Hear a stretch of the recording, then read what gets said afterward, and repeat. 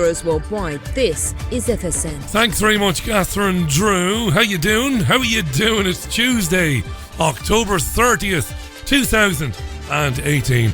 I'm Richie Allen, of course. Welcome to The Richie Allen Show. Welcome back to the most listened to independent radio show in Europe. It's your Richie Allen Show.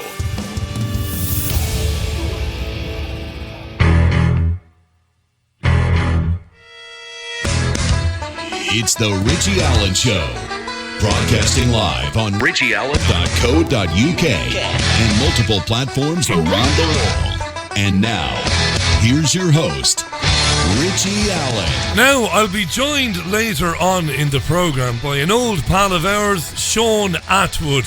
A truly remarkable man is Shaun, of course, who spent several years in prison in the United States of America. His books detailing his experiences over there when he was selling ecstasy and when he had serious mob bosses chasing him and threatening to kill him. His books are amazing, and Shaun, of course, tours the world these days giving talks about prison life, incarceration, drugs, and a lot more besides. He's a great guy.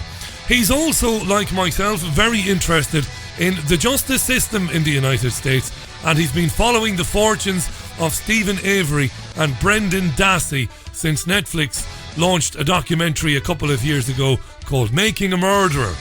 They've just followed it up with the sequel, Making a Murderer 2. I've been following it, I've watched it in fact, and it's fascinating stuff, and we'll talk to Shaun about that a little bit later on in the programme. It's hugely interesting stuff, this, so don't miss it on Tuesday's show, live right now on Fab Radio 2, TuneIn Radio, triggerwarning.tv, the Cogent Radio app, and richieallen.co.uk.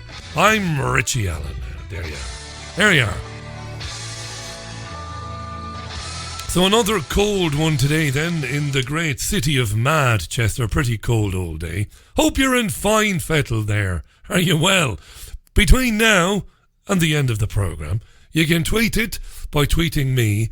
My handle is @Richie Allen Show. That's how you send me a message. And I know, it was so hectic yesterday, I know I didn't read out many of your tweets. I apologise. I shall endeavour to do better. And I'm pretty sure I will do better today. So tweet the programme now, and thanks for listening to us. Thanks for joining me. You've no idea how much it means to me.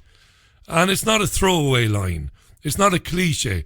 It's not empty, mealy-mouthed stuff. It really staggers me. It does now, as it did when I first presented a radio programme back in the late 90s. It amazes me that anybody would choose to spend a couple of hours listening to my old bollocks, like, as you might say.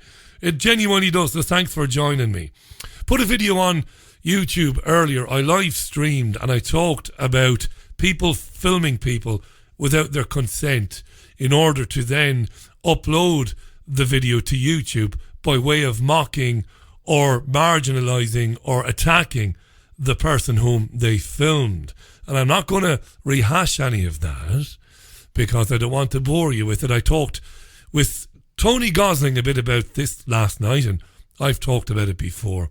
But what makes me laugh is how angry people get when confronted by an opinion that they don't agree with. Don't be so angry. I talked today about an incident that happened to me about 3.5 years ago. While out walking with Jazz, I know you've heard it before, but I'll tell you very briefly. I happened to notice there was a young man of student age filming us using a mobile phone from a distance. When I asked him why was he filming us, he said that he was filming me playing with the dog who does some interesting tricks and that he was going to put it on YouTube. And I told him, you are in your arse, like. What you're going to do now is you're going to delete the video on your phone. If you don't, I'm going to delete it for you. And then you're going to go on your merry way. And the kid, because he was, I think, he could have been first year, maybe second year university. He was definitely a student anyway. And because he's from that generation, he had no idea what could be wrong about filming somebody without their consent and then planning to put it on the internet. What's funny is the anger expressed by people who think it's okay for people to film private citizens for no good reason, right? And then put it on the internet without their consent. Here's a comment from a guy called Oliver Bond. This made me giggle now. That kid didn't break the law. It's not illegal to film in public. He doesn't need your consent. But you broke the law, Richie, by issuing threats and issuing menaces for the purpose of deleting evidence. You have no right to do that, Richie! Exclamation mark, says Oliver Bond. Evidence, he says. Evidence of what? Me playing with my dog? Dear Oliver, this is the way it goes.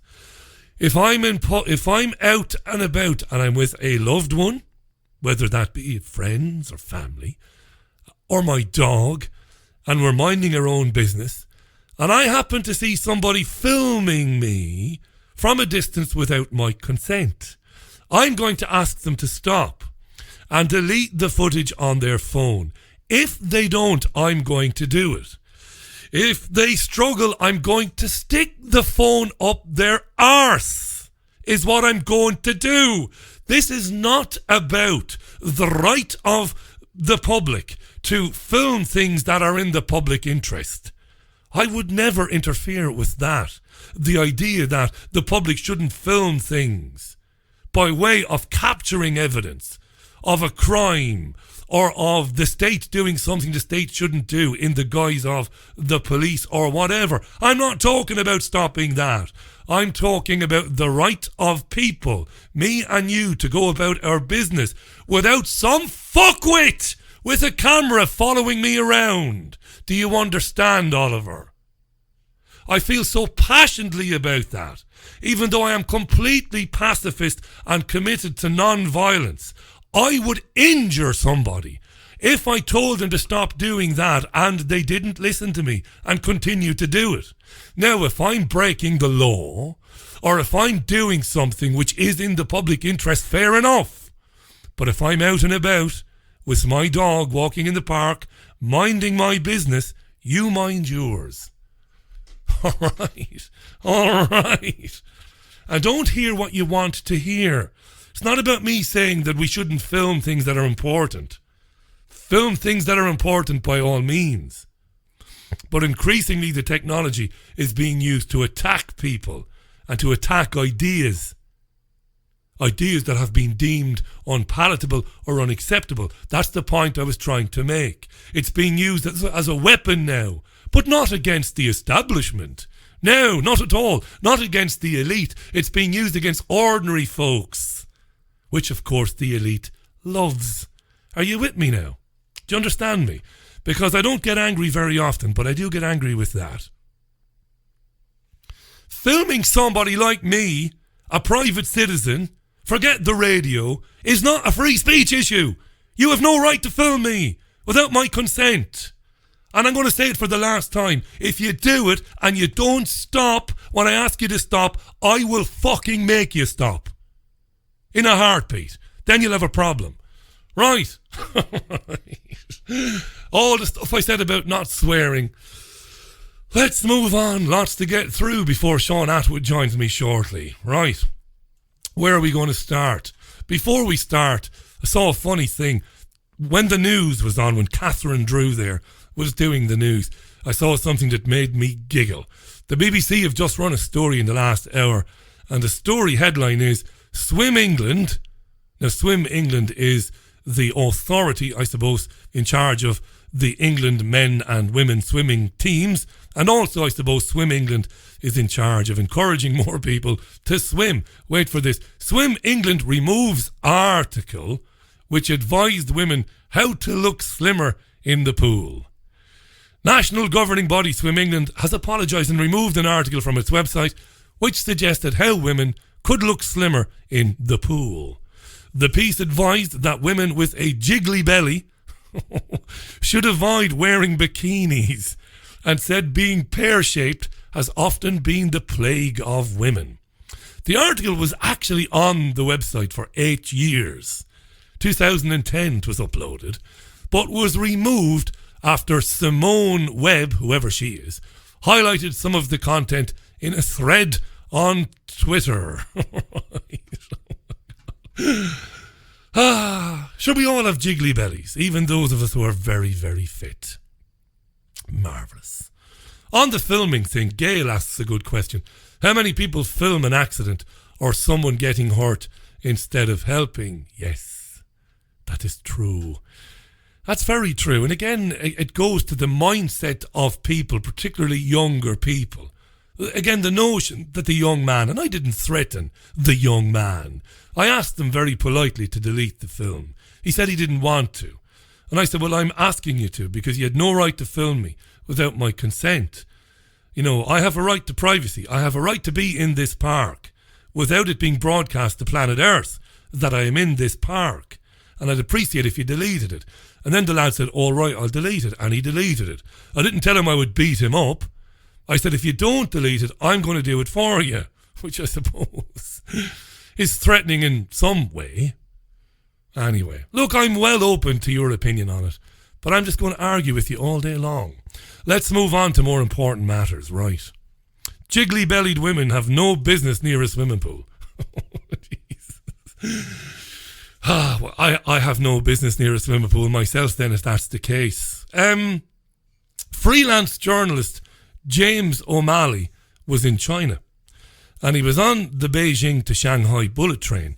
And he heard a very creepy, very dystopian announcement on the train. Do you want to hear it?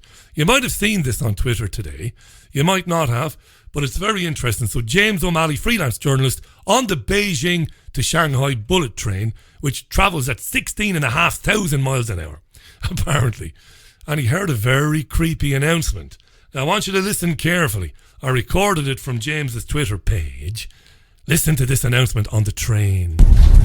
Dear passengers, people who travel without tickets or behave disorderly or smoking public areas will be punished according to regulations, and the behavior will be recorded in the individual credit information system. To avoid any negative record of personal credit, please follow the relevant regulations and help with the orders on the train and at the station. I know you probably had to strain very hard. There was nothing I could do to clean that up. The lad himself put subtitles on there. Right. What it was it was an announcement on the train that basically people behaving badly, travelling with no ticket, smoking in the wrong area and such like, would be punished by regulations. And the behaviour of that person would then be recorded in the individual credit information system. So basically, the announcer said, to avoid a negative record of personal credit, follow the regulations, do what you're told. And this has come up on the programme in the last couple of years. The Chinese have set up a ranking system to monitor the behaviour of the more than 1 billion Chinamen and China women. And the system will rank them based on their social credit. This was announced in 2014, I think. And the Chinese say that this is about reinforcing the idea that keeping trust is glorious and breaking trust is disgraceful. Right? So they want this to be fully operational by 2020. But it's already being piloted for millions of people in different parts of the country. And from 2020, the scheme will be mandatory. So you won't be able to opt out of it, the social credit system. So it'll be run by city councils. It'll be scored, your credit, by a platform run by a computer, which will hold all the relative personal data. So it's like your credit score. Everybody's got a credit score now, which is madness as well, by the way. You know, your credit score. If I go and I want to take out if I want to take out a mortgage, or if I want to buy a car on the Never, I want to buy it hire purchase, they will do a credit check on me. So we all have a credit score. The social score is basically the same, and it'll move up and down according to your behaviour. Now, it's a big secret, this, in China, as to the exact methodology of it, but the types of things you could get into trouble for bad driving, smoking in non-smoking zones, buying too many video games. That's true, by the way. If you buy too many video games, and if you post fake news online, your credit score, your personal credit score will go down. Wow. And they've already begun punishing people, the Chinese, restricting people's travel. This is true. I looked this up, and according to the Huffington Post, and I did cross-reference this, over 9 million people who've got low social credit scores have been blocked from buying tickets to travel domestically. We talked about this last year. They can stop you buying luxury things. Business class train tickets. No, you're not entitled to one because your social credit is low. So it's going to punish bad passengers, like we heard on the train there, if you try to ride without a ticket, if you loiter in front of boarding gates. And trust-breaking individuals, according to the Huffington Post, would also be banned from doing management jobs in state-owned firms and big banks. How beautifully Orwellian, dear listener. And it's been trialled at the moment in China. It'll be rolled out full scale in 2020. These are things which were previously the domain of science fiction films, dystopian films that looked at a dystopian future. Now it's coming true. Wow. And what is it about people in the Orient? Here's a bit of stereotyping for you now. Here's a bit of closet racism, dear listener. What is it about people in the Orient? They seem to be more acquiescent to perceived authority. Now, that could be complete bullshit. Maybe we're just as acquiescent here. Maybe we think we're not. But they seem to be more passive when it comes to this sort of stuff, don't they? This is evil beyond imagination. And it's going to be rolled out in China. 20 minutes past the hour. Going to take a break now. I know. Very quick break. And when we come back, we're going to talk about extinction. The extinction of 60% of mammals, birds, fish and reptiles since 1970. And why that's happening. It's been in the news over the last few days. A lot of news networks ran with that story today. What's going on? Why are so many species on planet Earth under threat? And what are the proposals in terms of how to tackle it? They're very interesting, dear listener. This is the Richie Allen Show for Tuesday, October 30th, 2018. With me, Richie Allen, as always, delighted to be in your company. Tweet to me, it's at Richie Allen Show. In fact, I'll read some tweets when I come back, and then we'll talk about extinction, the extinction of mammals, birds, fish and reptiles, back in exactly 60 seconds. There's a place high in the mountains of Spain, a sanctuary where souls gather from all around the globe to learn about themselves and experience powerful changes in the way we see our world. They become awakened to their gifts and their power to heal others. Become part of this ever-growing worldwide family of unique, pure energy healing practitioners. Discover how amazing you truly are. Go to www.markbayerski.com. It could just change your life forever.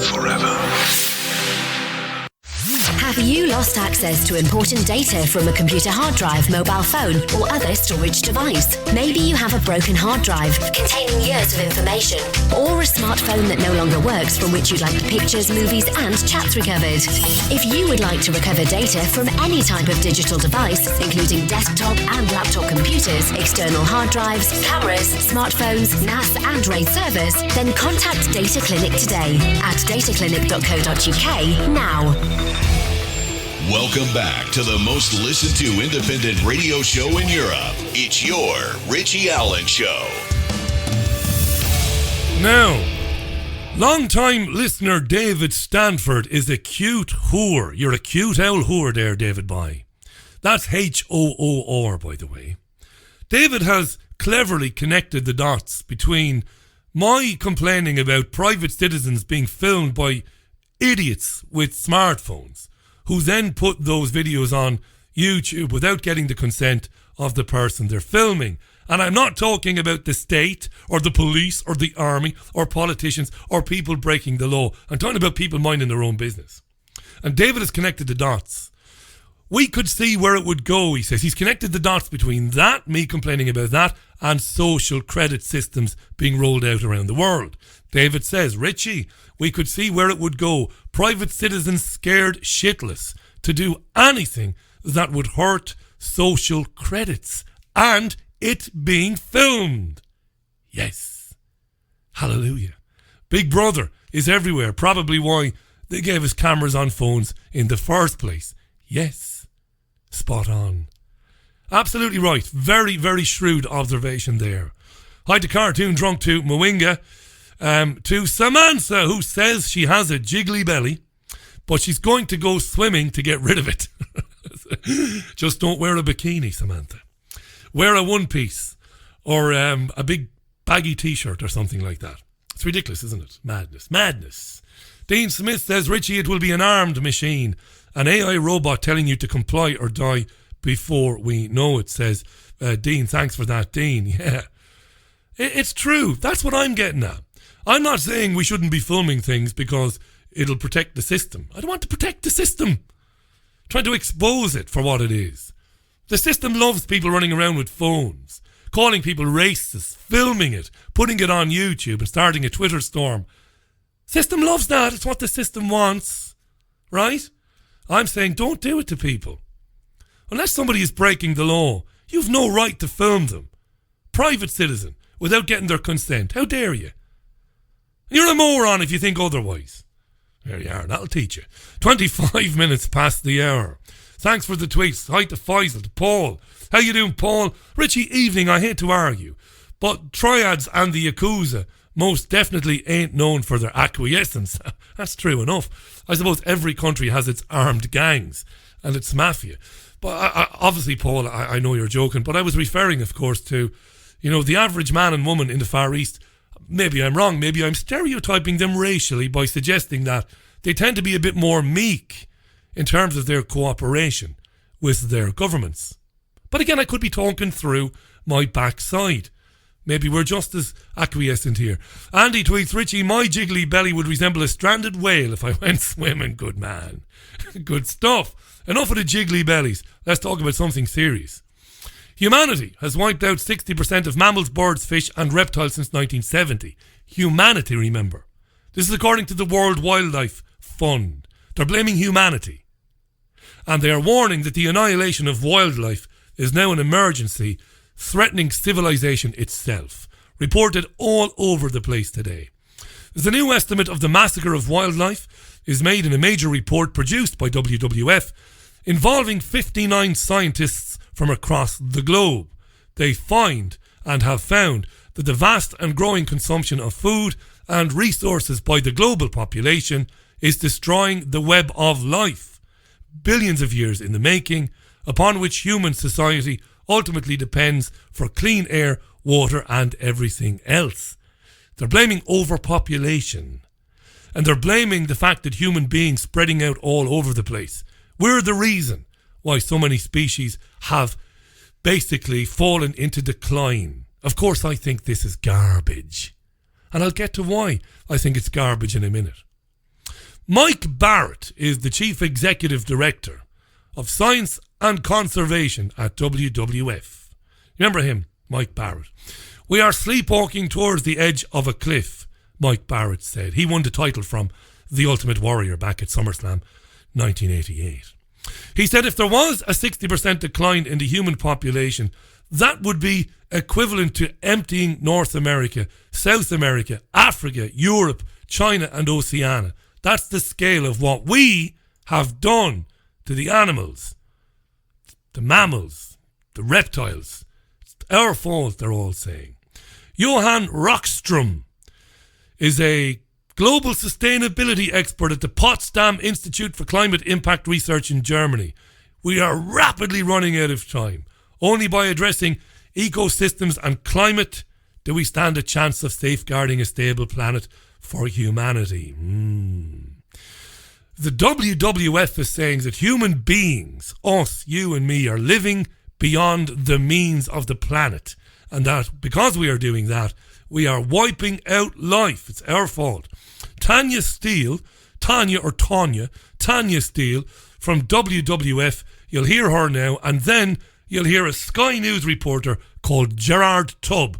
Tanya Steele from WWF, followed by Gerard Tubb. If we want a future with orangutans and puffins, then we need global leaders to step up and agree a global deal for nature. We need businesses to steward precious resources on our planet very carefully. And as consumers at home, we need to make some very different choices for the future to ensure that we have a planet for wildlife and for humanity alike.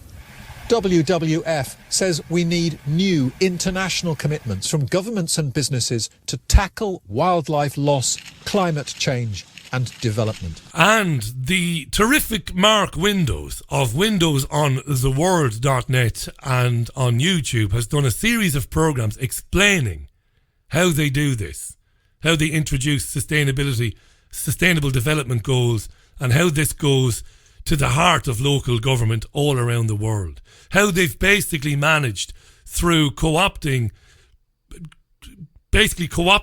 local authorities in terms of councils and corporations, how the lunatics behind this agenda have managed to get it through. They've circumnavigated sovereignty. They've jumped over countries' national sovereignty and a country's right to do what it needs to do in its own best interest, and is pushing this sustainability stuff, which is very dangerous. It's all about depopulation, of course. Agenda 1, Agenda 30, it really is. So they want a global deal, international consensus. And I suppose to most people it sounds like benign language, but it isn't benign. And the truth is, in my opinion, and this is only my opinion, and I'm not dogmatic about it, it's what I've come to believe based on the evidence I've seen, that the ionospheric heating by things like HAARP all over the world, geoengineering, the dumping of toxic heavy metals into our atmosphere, the spreading of glyphosate, which is a death cult all on its own, this toxic cancer-causing powder, weed killer, made by companies like Monsanto, ionospheric heating, geoengineering, glyphosate, Monsanto. I wonder what impact all of that is having on not only the animals and the fish and reptiles, but also on plant life and vegetation around the world. Now, we're not doing that. People, I mean. You're not doing it. I'm not doing it. We're not putting barium, strontium and aluminium. Nearly said aluminum. We're not putting aluminium, barium and strontium into the atmosphere. We're not doing that. Other people are. We're not putting billions of tons of plastic into the ocean. We're not doing that. Other people are doing it. We're not spreading glyphosate around, a carcinogen, which does untold damage to the, I don't want to say symbiosis of the soil, but to soil productivity, causes abiotic stress. We're not doing all of that. Somebody else is doing it. But of course they can't talk about that and won't talk about that. So of course plants and of course animal species are in decline. We know that bees, colonies around the world are collapsing because of dementia, by the way, caused by an inexplicable, well, at least according to the academics, inexplicable levels of toxicity in terms of metals in bees. I wonder where that's coming from. So you're not causing this. People moving around the world, population growth and people needing to build more homes, of course is having some impact on animal life. I'd be an idiot if I said it isn't or it's not. But it is negligible when you compare those other agendas I just described there. The impact you and I are having on the environment is negligible compared to Monsanto, the weather modification lunatics, the geoengineers, ionospheric heating and all the rest of it. And I'm going to leave that one alone. 26 minutes to the top of the hour. Moving on. Ariel Gold is a woman who represents or is a member of a group called Code Pink in the United States. They've been on this programme before. Medea Benjamin has been on with me. Old contact of mine. I like Medea Benjamin. Ariel Gold is a national co-director of Code Pink in the United States. And she was on RT America to answer allegations that Israel's critics have to accept some blame for the Pittsburgh shooting. This is a narrative they're trying to spin. Israel's critics have to take some blame for stirring up the tension that led to the Pittsburgh shooting. Listen to the question first from the RT reporter and listen to Ariel Gold's answer. Ariel is Jewish. Medea Benjamin is Jewish. Medea has been on with me many times. RT presenter, and then the question answered by Ariel Gold. And I also want to get your reaction to some people placing blame on those other than the shooter in this case. For example, President of the Zionist Organization of America, Morton Klein, said on Twitter, quote, horrific Israel-bashing rhetoric also leads to a Jewish-hating atmosphere. For example, propaganda lies about apartheid, occupation, oppression, killing babies, etc. He's essentially blaming people like you for this shooting. What is your reply? Absolutely true. They're trying to blame Israel's critics. Listen to what she says. Well, let's begin by saying these aren't propaganda lies. Just yesterday, Israel killed 3 children, 3 13-year-old boys in Gaza with a drone strike. And this is an ongoing occupation that is shameful for Jews around the world. What we're seeing is some of the extreme right in Israel, and Israel is controlled by an extreme right government, try to take advantage of this horrible tragedy to push for their own agenda, to conflate criticism of Israel and support for Palestinian rights with anti-Semitism. The shooter was acting on anti-Semitic tropes and racism that are centuries old and have been reignited here in the U.S. And that's very different from the movement which is growing daily for Palestinian rights. Very good answer from Ariel Gold. And she's right to point out that on Monday, 3 Palestinian teenage boys were murdered by a drone in Gaza, and nobody cares. It's just another day, ho-hum, past the butter. Israelis murders Palestinian children. Yeah? Sure, it's just another day. Very good stuff. Now, on this subject, staying with it, this Pittsburgh shooting at the synagogue, which, again, not to virtue signal at all, must have been terrible. For anybody caught up in any of these things, who can imagine what it must be like? Tucker Carlson is the Fox News presenter. He's an interesting guy, Tucker. He says some interesting things, and he goes a bit further and a bit deeper into certain issues than most, I suppose, mainstream anchors, mainstream presenters. And he's talking about free speech. And he's using the example of the Pittsburgh synagogue shooting. But he comes at it from the angle that politicians hijack human tragedies like the Pittsburgh shooting and they use it to further certain goals. Now, I've been rabbiting on about this for years. Listen to Tucker Carlson on Fox News yesterday. But there's another America, too. It's the America of cable news and social media, of CNN and Twitter. In that America, political operatives rush to the scene of human tragedy, hoping to leverage it for political gain. They make snap judgments on the basis of incomplete evidence in order to implicate their political opponents in crimes they did not commit. They use fear and rage to accomplish what reasoned argument could never accomplish. They commit moral blackmail. Typically, their aim is gun control. A crazy person committed an evil act, therefore you must be disarmed. But this time, that's not their goal. This time, their goal is more comprehensive than that. They want to take charge of what you are allowed to say and think. How are they trying to do that? By blaming you and your opinions for the crime. Watch. This man the flames of his hatred were fanned by a president who kept talking about this caravan of refugees as if they were terrorists or as if they were coming to commit atrocious crimes in our country, which they're not. So did you catch the message there? It wasn't subtle. The murderer was angry about illegal immigration. If you oppose illegal immigration, you are very much like the murderer. Even if you've never killed anyone, your views have inspired others to kill.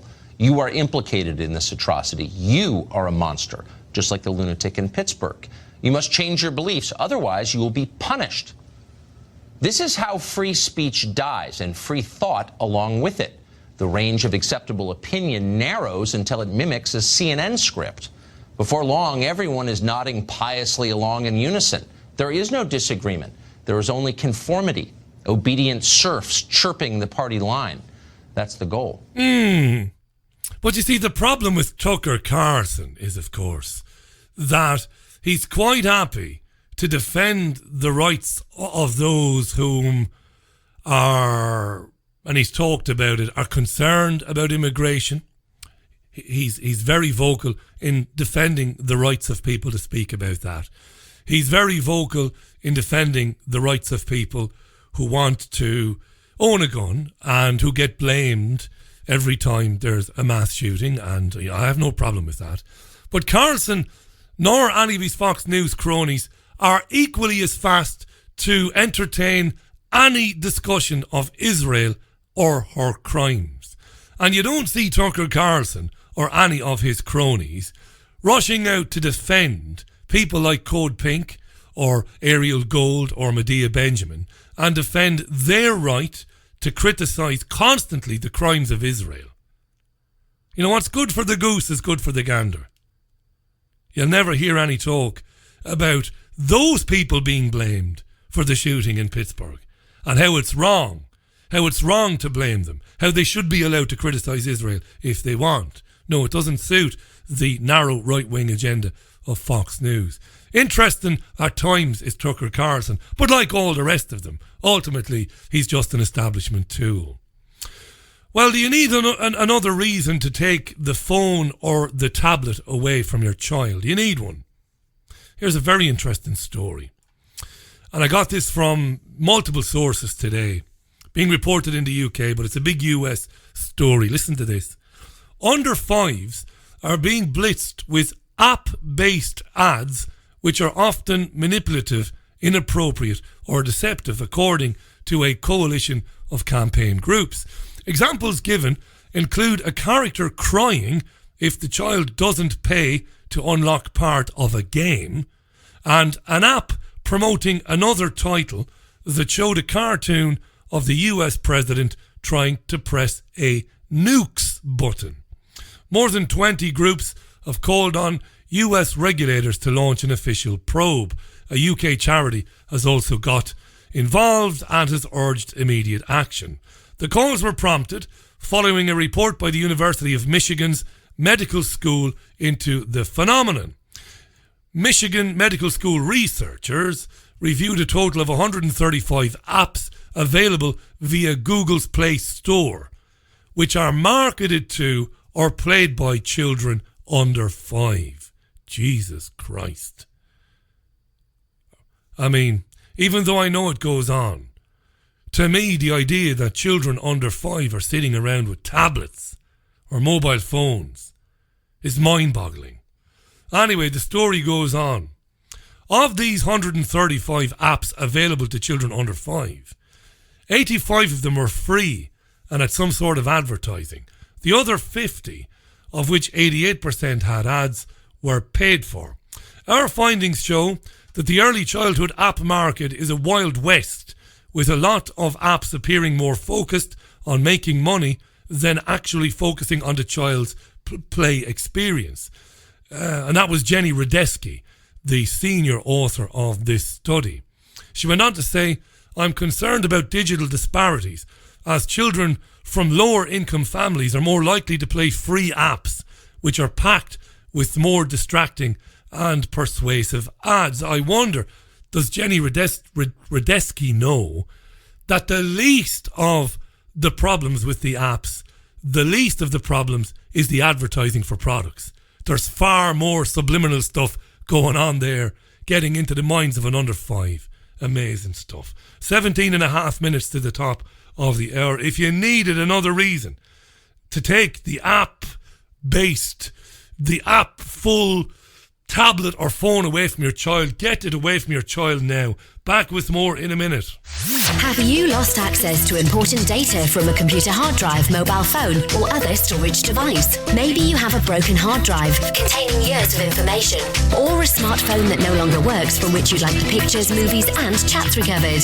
If you would like to recover data from any type of digital device, including desktop and laptop computers, external hard drives, cameras, smartphones, NAS, and RAID servers, then contact Data Clinic today at dataclinic.co.uk now.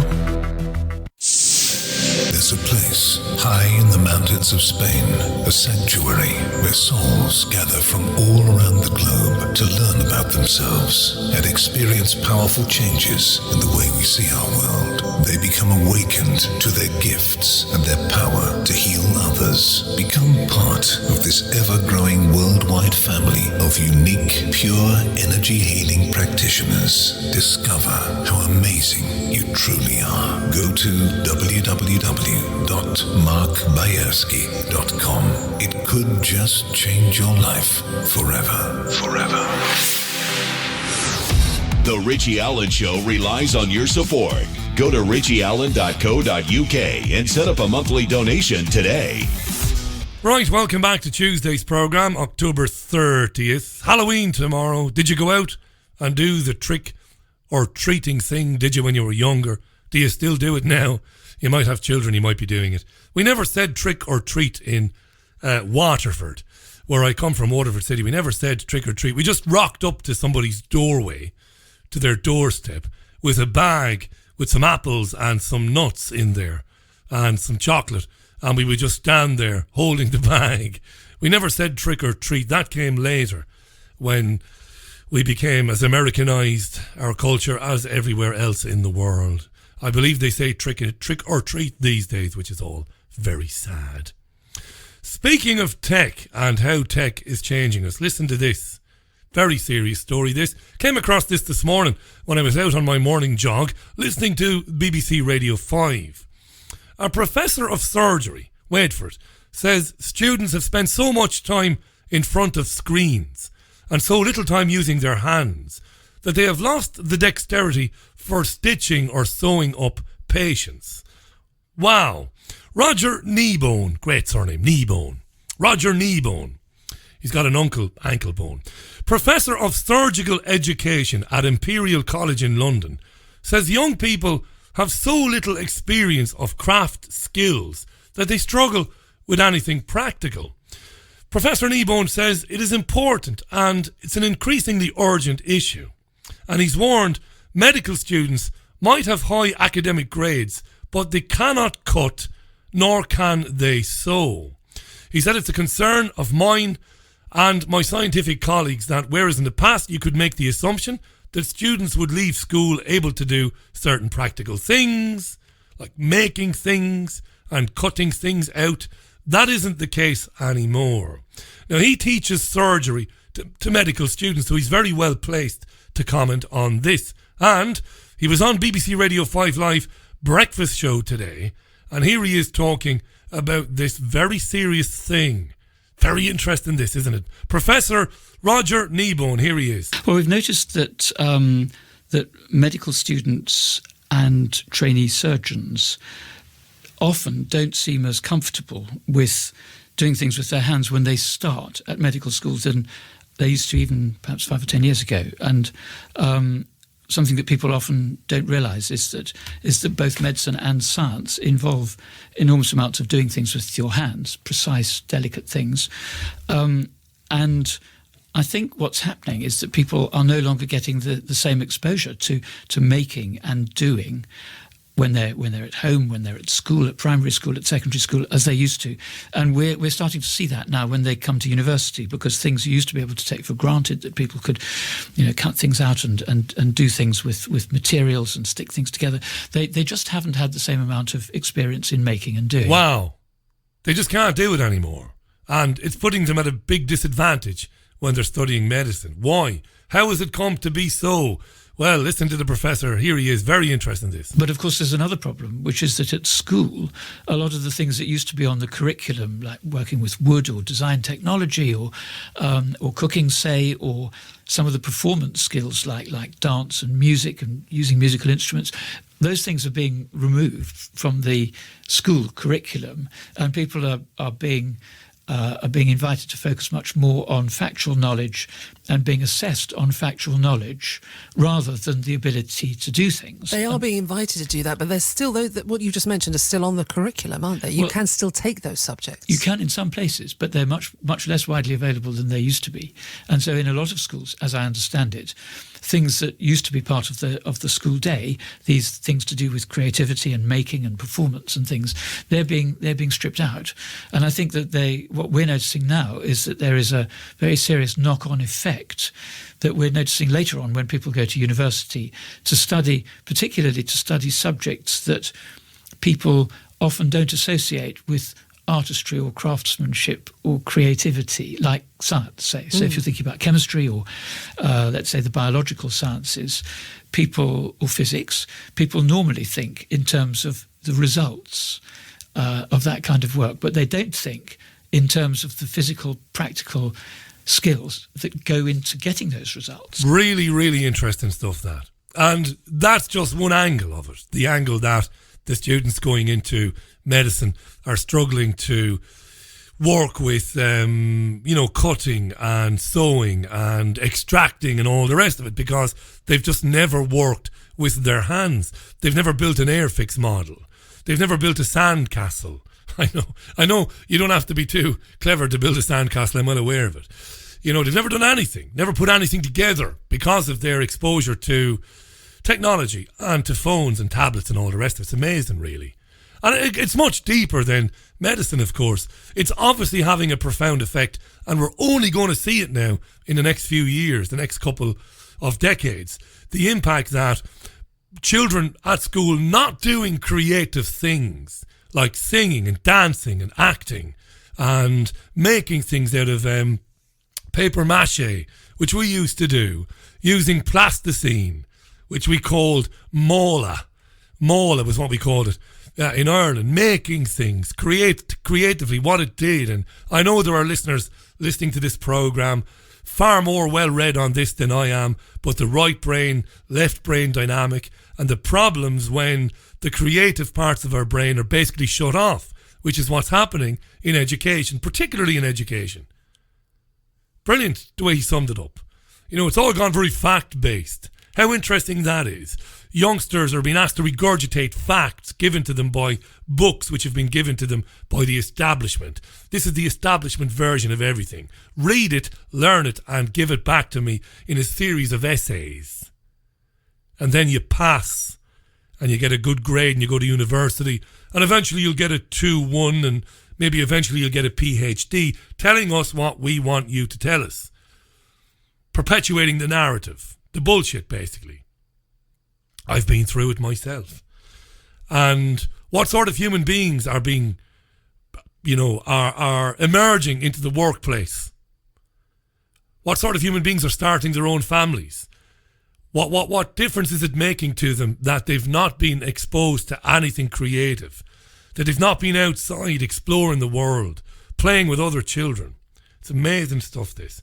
And quite interesting today that a professor at Imperial College in London is saying that they are perplexed by how poor, how difficult it is for so many medical students these days to get stuck into the practical, the physical aspects of the job, whether it's surgery or whatever. Amazing stuff. 8 minutes to the top of the hour. Again, many learned men and women have been on this programme in the past talking about that and how they see it again as deliberate, part of a deliberate policy to change, physiologically change the coming generations and the current generations, us as well, but more so children who are being exposed to things that we were never exposed to and what it's going to mean for them in the future. If you've got an opinion on that, I would love to hear it. It's at Richie Allen Show on Twitter. Samantha has come back on this one and says, Richie, we put a sewing machine and musical instruments in our girls' room from a young age so that they could be creative rather than be on phones. And that's really excellent, that. And I'd be very interested to learn or to hear from not just Samantha but other parents. Are they finding it difficult to get children interested in building things, making things, arts and crafts? Like, I remember years ago when I was very, very young, the presents were, the Christmas presents I received when I was young, I got a lot of books, which was marvellous. You know, it was hugely important for me. When I was young, I got all the classics, Robert Louis Stevenson, of course, got them all, Treasure Island, Kidnapped, Jonathan Swift, everything. Read them all, 20,000 Leagues Under the Sea, all the Enid Blyton books, read everything. Voracious reader. But we were also given toys that you had to put together yourself. We loved it. Now, it didn't do me any good because I'm not very handy around the house, it must be said. In fact, I'm not handy at all, right? But, yeah, I was more into books and stuff. But painting sets and, you know, Airfix model stuff, that would have been common among my friends, in the group of friends that I had growing up. And a lot of my friends, when we were younger, had musical instruments and learned how to play guitar and stuff like that. What's it doing to children? All very interesting. 6 minutes to the top of the hour. Very soon, Shaun Attwood will join me. You're with the Richie Allen Show if you've just joined me. It's Tuesday, and it's always great to be with you. Thanks for all the comments coming through on social media. It seems that some of the topics I've covered in the last 50 minutes or thereabouts have tickled your fancy. Very interesting stuff today in the old news. A lot of dot connecting stuff going on there today. Shaun Attwood will join me real soon. Amazing guy, author, had an incredible experience, did Shaun, in the American penal system. We're going to be talking about Stephen Avery and Brendan Dassey, the Making a Murderer documentary series. Season 2 was dropped on Netflix about 10 days or so ago. I've watched it now, excuse me, with the future Mrs. Allen. We've watched it and have been stunned by it. Very good show. Paul Craven tweets, Richie, the snowflake generation would melt if they gave youngsters a hammer, nails and a bit of wood. Maybe they would. Maybe they would. Karen says, first time I've had time to sit down and listen live. Really enjoying it, says Karen. Thank you, Karen. Good to hear from you. James tweets, Richie, at school I gained literacy and numeracy skills. I also learned how to cook, how to build stuff and create music and art. Beyond that, I've never used anything they taught me. Very interesting, that. The book-based stuff, the fact-based stuff didn't do James any good, but cooking, building stuff, creating music and art has stayed with him and has been useful throughout the course of his life. Very interesting, James. Thank you. Now, we're going to move on just very briefly. I've got to bring this up, actually. Let me just do this. Waitrose. I've got to put Waitrose into a search engine there. There's a news story about Waitrose and about the food editor of Waitrose. Listen to this. Waitrose has a food editor called William Sitwell. Now, I know this guy. He's an arsehole. He's an insufferable arsehole. He's one of the regular guests on Celebrity MasterChef, or MasterChef, which the future Mrs. Allen is addicted to. She can't get enough of it. Not good enough to watch the current series of MasterChef. She's got to watch the reruns from years ago on UK Gold and UK Food. She's addicted to it. Anyway, there's a guy called William Sitwell. He's a food critic, and he's often brought on to critique the food of the contestants, right? I don't like him. I think he's a very pretentious guy. Anyway, what does it matter what I think of him? I doubt he cares. He proposed writing an article about killing vegans one by one, right? After a journalist pitched an idea for plant-based recipes. So a journalist said, why don't we get more plant-based recipes from Waitrose? And this guy said something about killing vegans one by one. not very witty, not very funny, but is it really that harmful? He's just being a bit of an arse, really. Are you not entitled to be a bit of an arse every now and then? Well, it would appear not. Now, this came up this morning on BBC Radio 5 Live Breakfast, and Nicky Campbell, arsehole alert, suggested that by saying stuff like that about vegans, because vegans are a group apparently, they're an identity group, it could be hate crime. Have a listen to this. Nicky Campbell talking about hate crime. Is this rude? Waitrose's reputation as a genteel supermarket for the middle classes has taken a hit after the editor of its food magazine said that he joked that he would like to print a feature about killing vegans one by one. Is that rude? It's a little bit more than rude, isn't it? That's rude. That's some kind of hate crime. It's not just rude, is it? On the scale of rudeness. Dodgy. Yeah, on the scale of rudeness, that's like 11 on the app, right? Yeah. There we go. Yeah. Okay, let's give your examples of rudeness this morning. We want a polite society, don't we? He's apologised, the editor of the food magazine, the Waitrose food magazine, or William Sitwell, the editor. Yeah, he's a critic on BBC One's MasterChef. He's apologised for the message he sent to Celine Nelson after she suggested a plant-based meal series, and it was a message that he sent there. I mean, tactless in the extreme, but also maybe very out of step, because veganism is mainstream. It's a group of people. Yeah. Is it a hate crime? You raise a very interesting point. Yeah, because the remit of what is a hate crime is broadening. It certainly is. Misogyny is going to go in there, and they're discussing about, and we couldn't remember the word for hate crimes against men, but anyway, that's being considered to go in there as well. So your views, 85058. Yeah, your views. Let's make it a hate crime. The guy made a silly quip about vegans. When a vegan said, why don't you have some more plant-based recipes? Of course, he should have said, yeah, fair enough. Why not? Or whatever. But he made a bad joke, a stupid joke.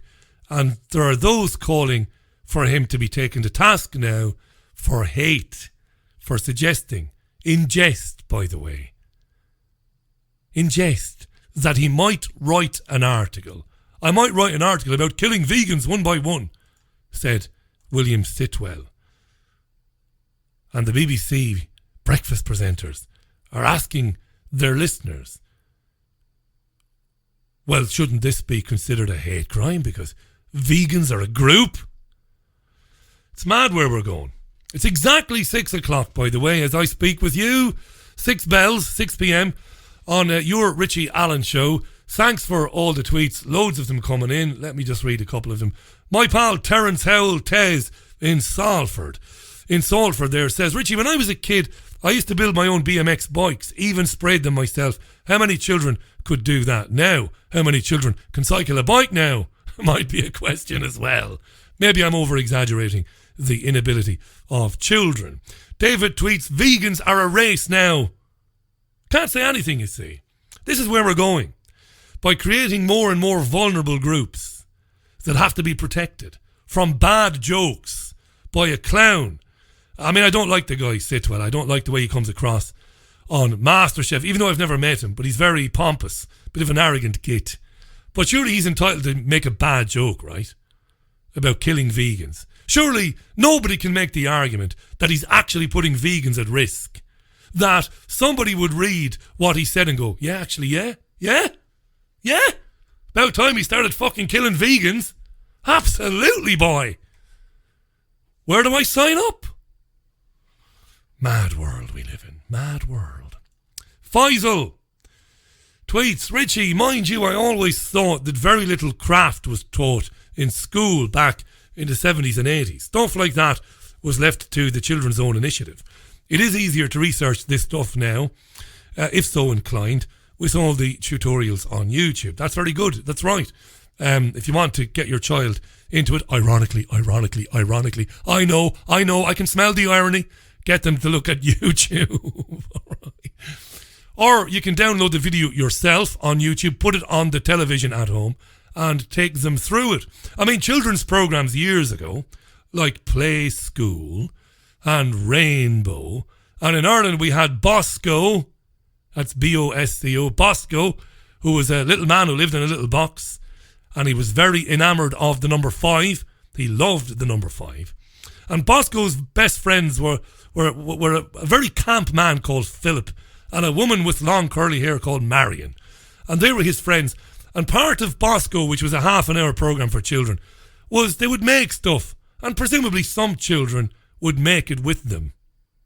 You know, using plastic bottles and bits of cardboard and stuff like that. Those were the days, right? Those were the days. 3 minutes past the hour.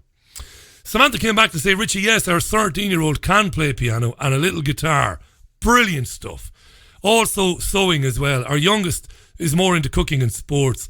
She has many medals and trophies in her room from the sports. Marvellous. Love to hear it. Played everything when I was a young boy myself. I was never marvellous at anything, but I played everything. I was competent enough at most things, but I gave it all a go. Failed miserably at hurling, my national sport. Wonderful game.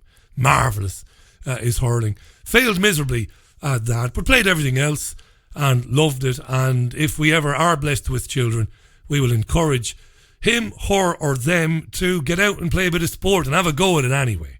Certainly to play musical instruments and certainly to make things.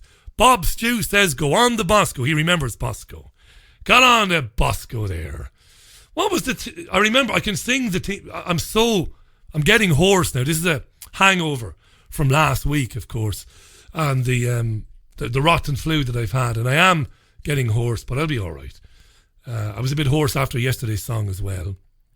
But, what was... Oh, yeah, this was the Bosco music. Do you want to hear the Bosco music? Do you want to hear it? Da-dum, da-dum. Da-dum, da-dum. Radio Telefiche Aaron, eh?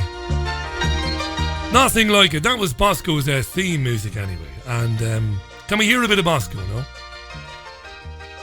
Because Bosco was voiced by a woman called Grania, if I remember. I'm sounding like I know everything now. I don't, but Bosco was voiced by somebody called Grania. Here's Bosco. Go on, the Bosco. Hello, Bosco. Go on, Bosco.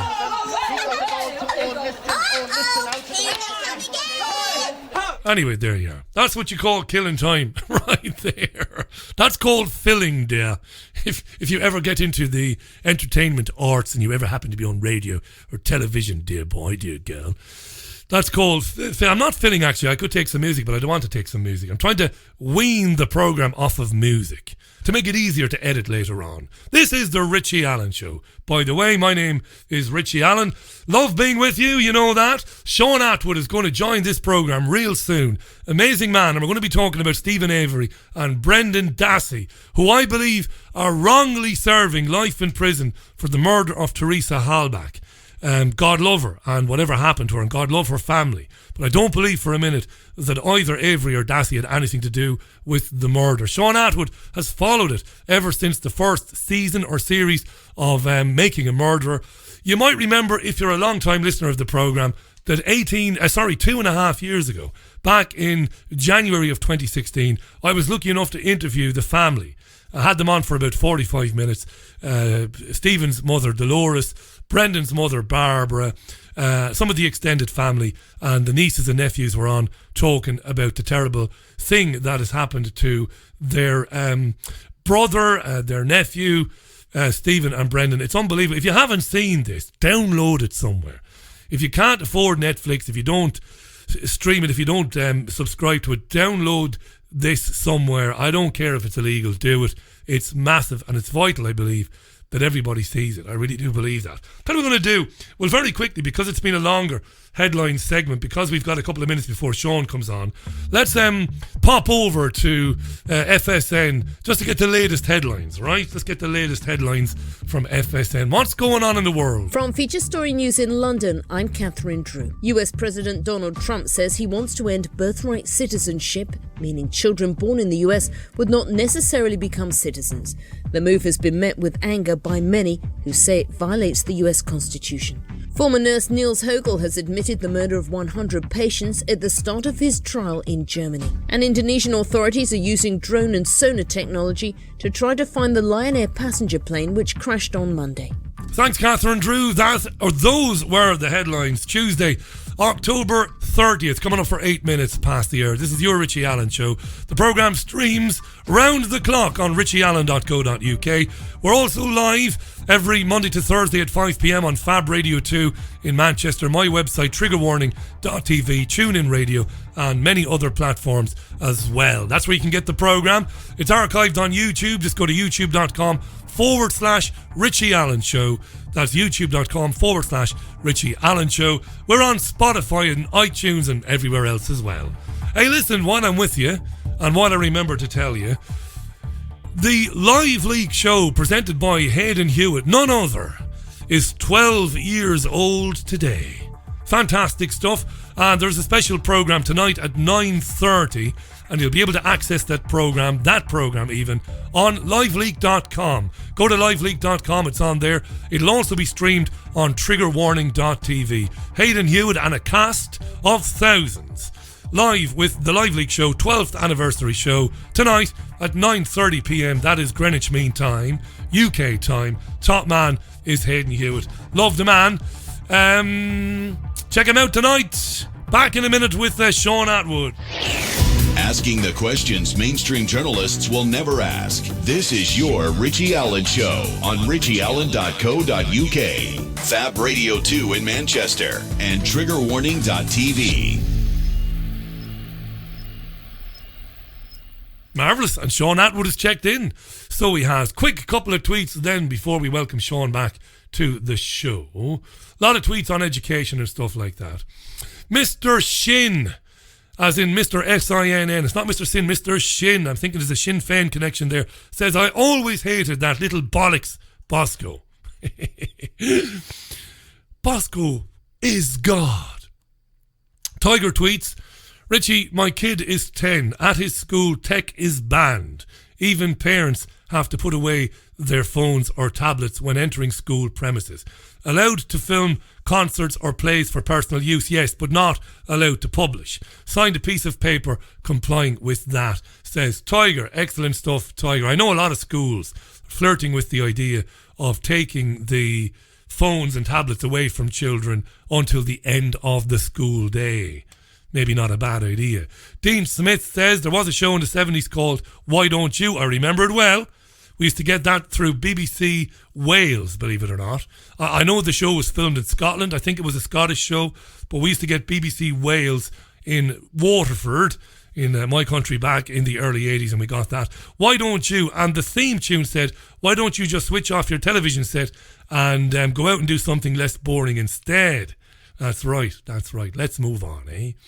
Let's welcome Shaun Attwood back to the programme. I'll be very interested, by the way, in hearing from you if you've watched Making a Murderer or Making a Murderer 2.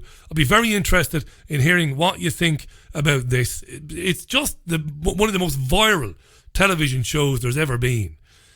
True life, anyway, factual-based TV show about the plight of Stephen Avery and his nephew Brendan Dassey, serving life in prison for the murder of a woman called Teresa Halbach.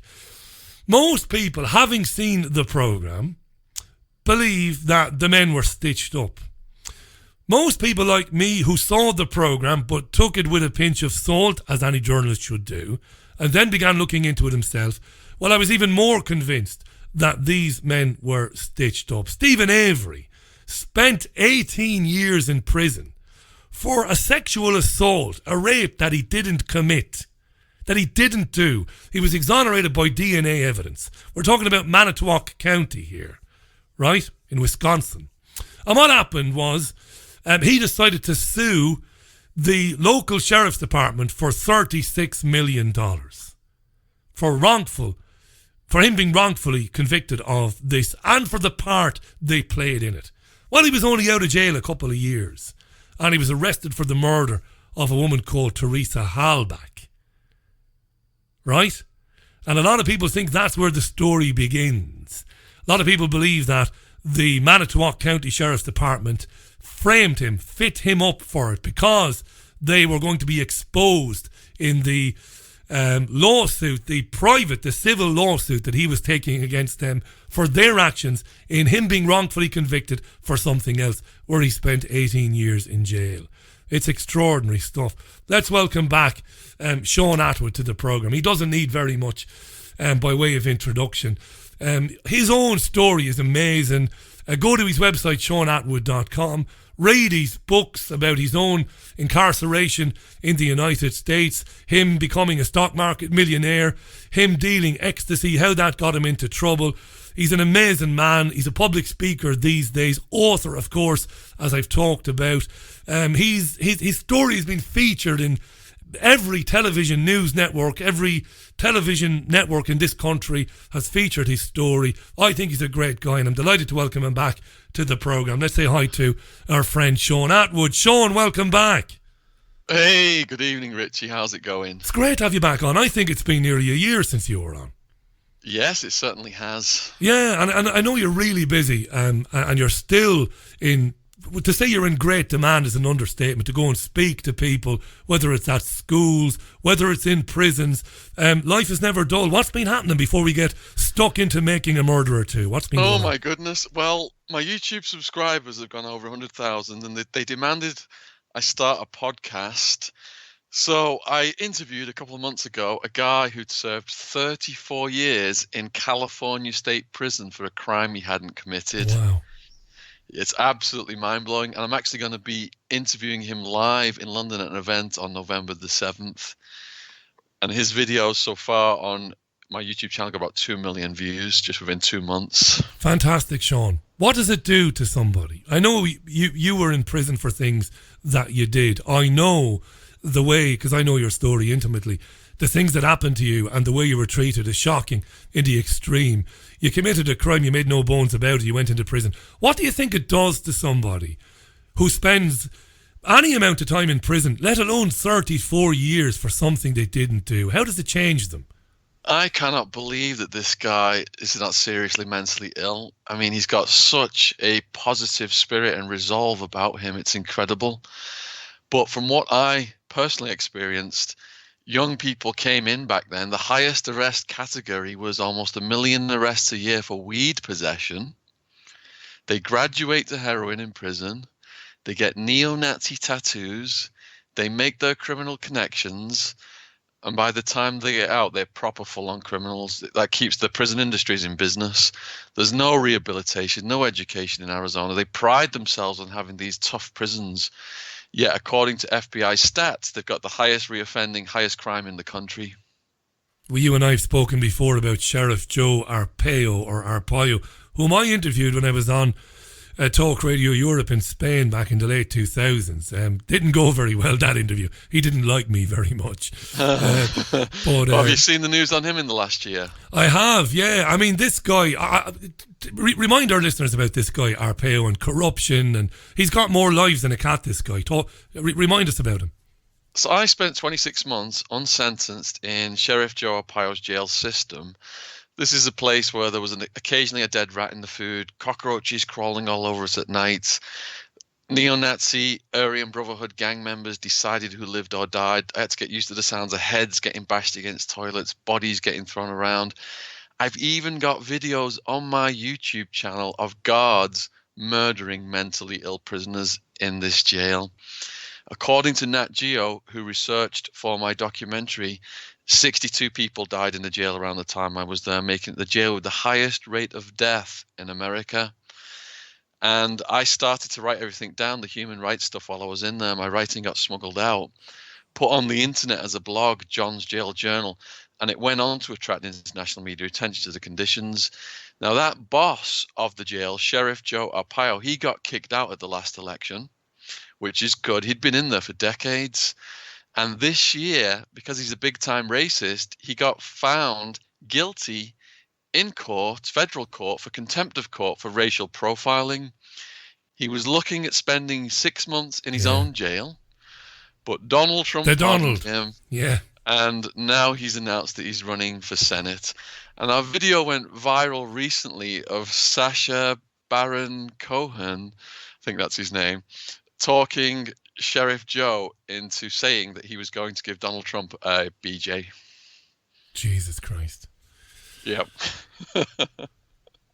And this is real stuff. This isn't, the imagination of a comedian. This is genuine stuff. This is how lunatic, how crazy things are there, and how crazy things are in Arizona, and how crazy things were when he was running that prison. I mean, some people might be listening to this and they might say, Richie, you've not challenged Shaun when he said that people were murdered in that prison and that guards murdered mentally ill inmates. I'm not challenging him because it's true. It's provably true and patently true. This went on under his watch. This guy should be in prison himself for whatever natural life he has left, Shaun. He certainly shouldn't be running for the Senate. Yeah, these mentally ill people were not serial killers, serial rapists, paedophiles. They were just people who went in for petty offences or they were homeless. And they start behaving improperly because they don't understand properly what's going on. They've got these mental health issues, and the guards just go in on them like packs of wolves, beat them down, taser them, choke them to death, and they did it on camera. And the family members of the victims of the guards sued the jail. They got compensation. But the sheriff, he backed his guys up, and some of the guards that were found responsible in federal court for murdering those prisoners were actually given promotions and pay rises afterwards. How does that happen, Shaun? How does that happen? Well, Is it there got a away simple with answer? for years because the public feel prisoners lock them up and throw away the key. They've cheated society. They've got nothing coming. But when the private prisons came about and the war on drugs, and America started locking up almost 1 million young people a year for weed possession, hundreds of thousands of women going to prison now. Women typically didn't go to prison before this war on drug stuff. Hundreds of thousands of women in prison, non-violent drug offenders.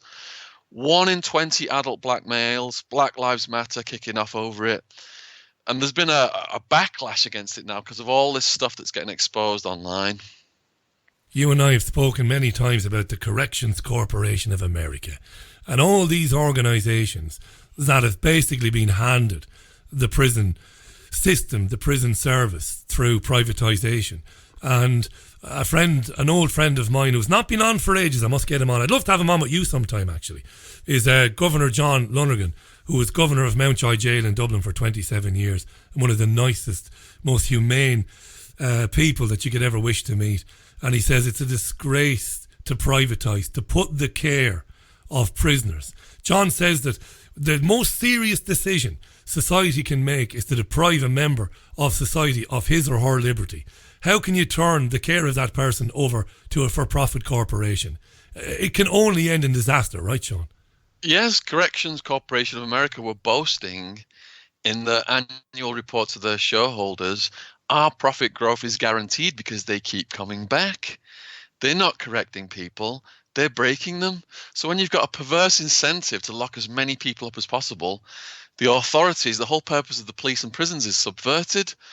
The prisons and the police were formed to take person A out of society that was hurting person B, a rapist, a murderer, a robber, etc.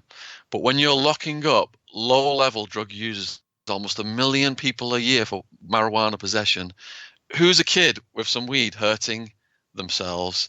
That's not what prisons were designed for. Let's talk just briefly about the UK before we talk about Stephen and Brendan. Somebody said to me recently, not recently in fact, it would have been probably after the last time you were on, or maybe one of the other times you were on. They said, why haven't we seen an acceleration of those type of problems in the US? Why haven't we seen them here? Because there is a privatisation initiative here to basically privatise prisons. We know that companies like G4S and other companies like them Serco are running young offenders institutions in this country. We know this to be true. So why haven't we seen the problems that we've seen in America? Why haven't we seen them kind of materialise as quickly here, Shaun? Or am I wrong? Well, we are seeing them. The private prison industry has been introduced here, Murder and suicide are at an all-time high in the UK prison system. Staff assaults are at an all-time high. Female suicide has doubled in the last year, and we've had about 7 riots in the last year. And anyone who watched that documentary Prison on Channel 4 about the Birmingham prisons saw the prisons now are completely controlled by the drug gangs, which is exactly what it's like in America. The drug gangs were running rings around the guards. You've got guards bringing drugs in. You've got drones dropping drugs off. You've got visitors bringing drugs in. In that documentary, it showed even when the guards ascertained who the gang leaders were and raided their cells and found drugs, you think, okay, that would be the end of it. These guys would get more charges now. The drug dealing would be stopped. The very next day, the dealers were back out dealing again. They were laughing at the guards. They had low-level prisoners who went to the guards and signed paperwork to say that the drugs were theirs. So every loophole in the book, these drug gangs know about it. And when you arrest people that are mostly drug addicted, got addiction issues, and put them in this confined place, you got the best customer base possible for the drug gangs to sell drugs to them all day long. The gangsters in the prison, the dealers, were saying, we're making more money selling drugs to prisoners than we were before we were arrested selling drugs to people on the streets. Christ, and I saw that programme you referenced, and if it's the correct one of the reporters was able to do a FaceTime interview with one of these dealers. It might have been a different programme then. No, I saw Dispatches, that's what I saw. I saw Dispatches, and there was a young female reporter presented Dispatches about 2 weeks ago. I saw it because I was off ill with the flu, and ultimately she was able to do a FaceTime interview with one of these guys from his cell. He had a, state-of-the-art iPhone. Yeah. And, just to go along with what you're saying. Now, to kind of qualify what I was saying, of course I know what's happening here. What about lobbying? You see, I've reported on, through many radio programs and television programs I've made over the years, I've reported on how these institutions in America, the CCI and others, how they've used their political influence to change the law, to get more people locked up. Again, have we seen that here? Have we seen the likes of G4S and subsidiary companies influencing politicians in terms of making it easier to lock people up? Because we seem to have relaxed, in this country anyway, laws around possession of cannabis and stuff like that. What say you? This backlash against cannabis laws started in America, the very country that began these laws. If you go back 100, 150 years, first cannabis laws came in. Pharmaceutical societies in California didn't want people growing free medicine in their own backyards. Then we had Harry Anslinger, the drug czar, early 1900s, saying that the main reason we've got to make this illegal is because its effect on the degenerate races, a black man or a Mexican on marijuana will want to rape every white woman in sight. Harry Anslinger then said to the rest of the world through the United Nations, if you don't sign on for our cannabis laws, America's not going to trade with you. That's why the whole country has got this, whole world has got this insane war on drugs that's been going on and on and on. Now, in America, the people have voted against it because they're sick of it. It's gone to such an extreme.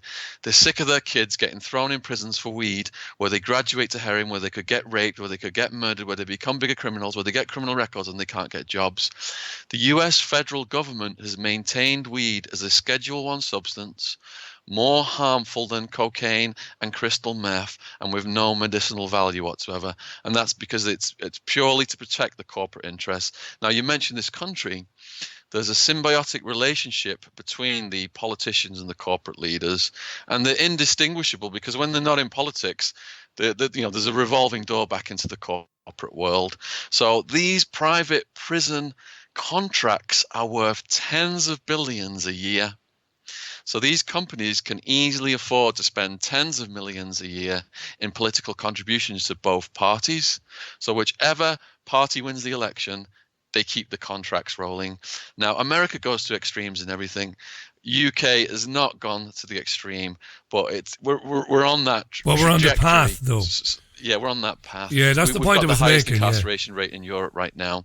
But the people, again, when kids having seizures and the cannabis oil is preventing them from going into comas and saving their lives, these evil, corrupt bastards that have kept cannabis illegal for all these years and have caused so many people to die, they can't stop that tidal wave anymore of exposure that's coming through the internet.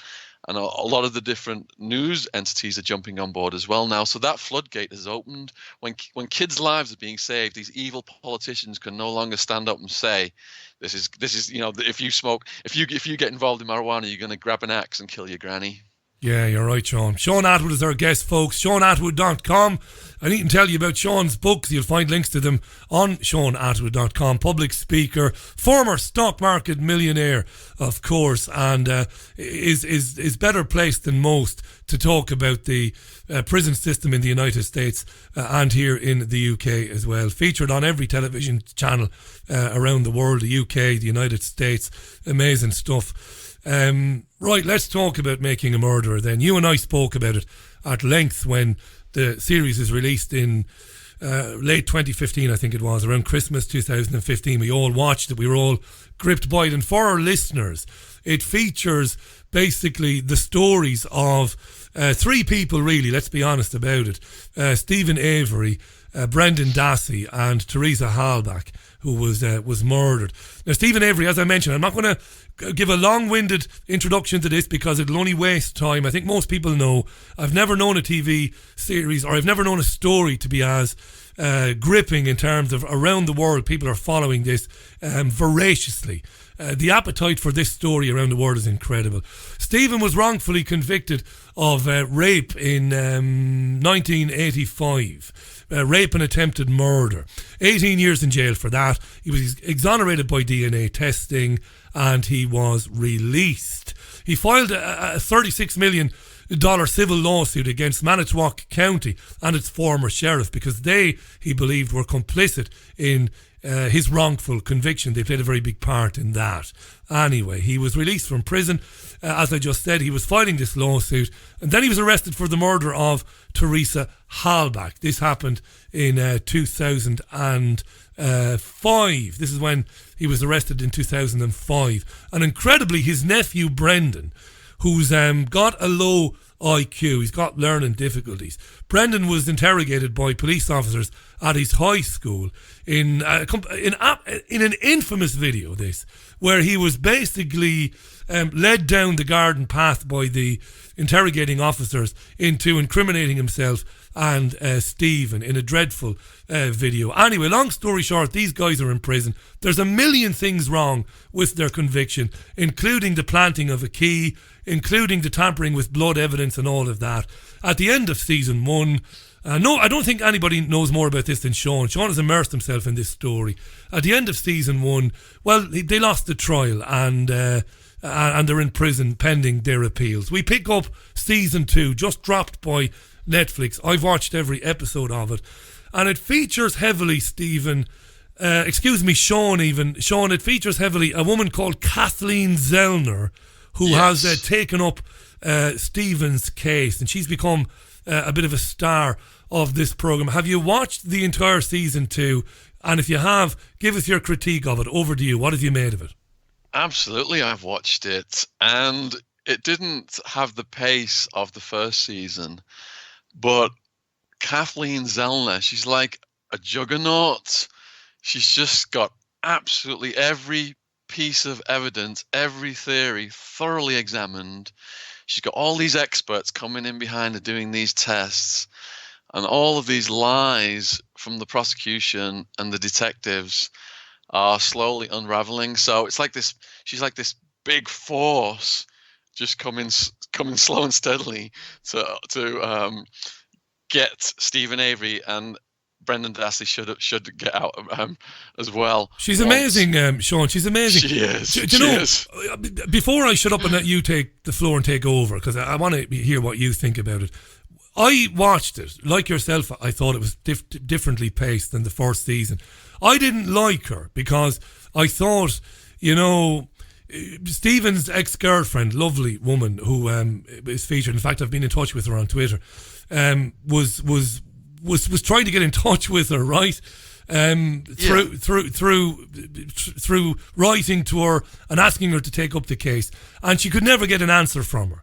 And I was kind of the impression that Kathleen Zellner only then took the case when she realised how much of a big profile it had. And that's just me being a bit of, that's the way I am. I was a bit miffed by that. But, boy, has she done what you just said. She's actually reconstructed using the same type of vehicle Teresa had.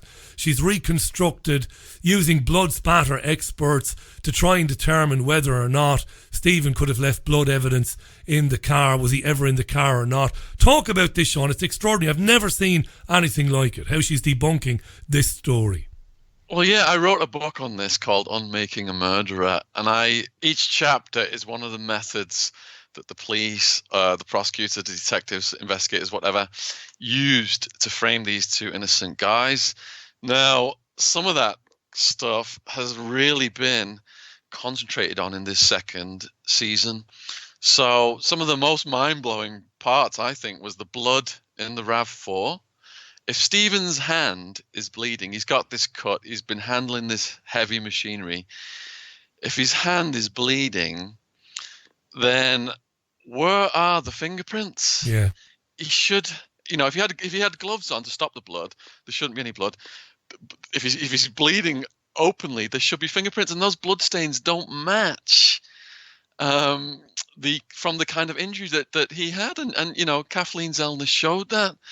They probably came from, over the years, Stephen gave blood, saliva, DNA. From his first arrest, the police had all of those things.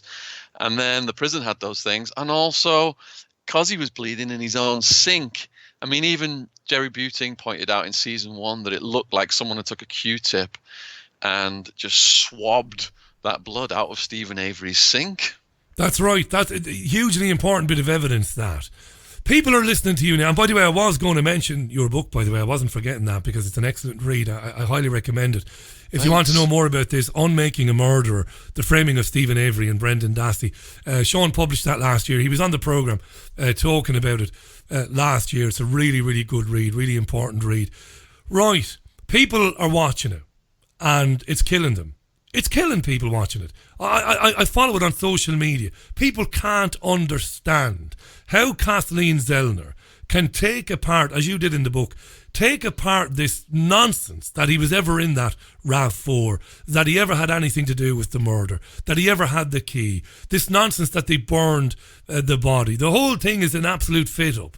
And it's killing people that at every juncture, presenting this stuff, packaging it up as lawyers do, and then bringing it to the next level of appeals court, and it just gets stopped and denied, and people can't understand why. Can you help them with that?